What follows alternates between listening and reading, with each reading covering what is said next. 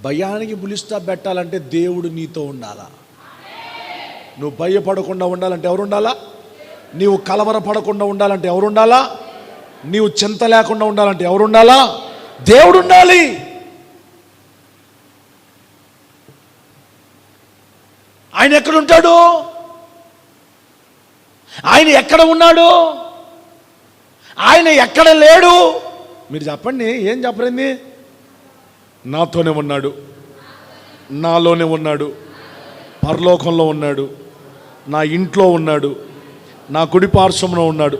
ఆయన ఎక్కడ లేడు? నేను ఆకాశమునకెక్కినను, నీవు అక్కడను ఉన్నావయ్యా.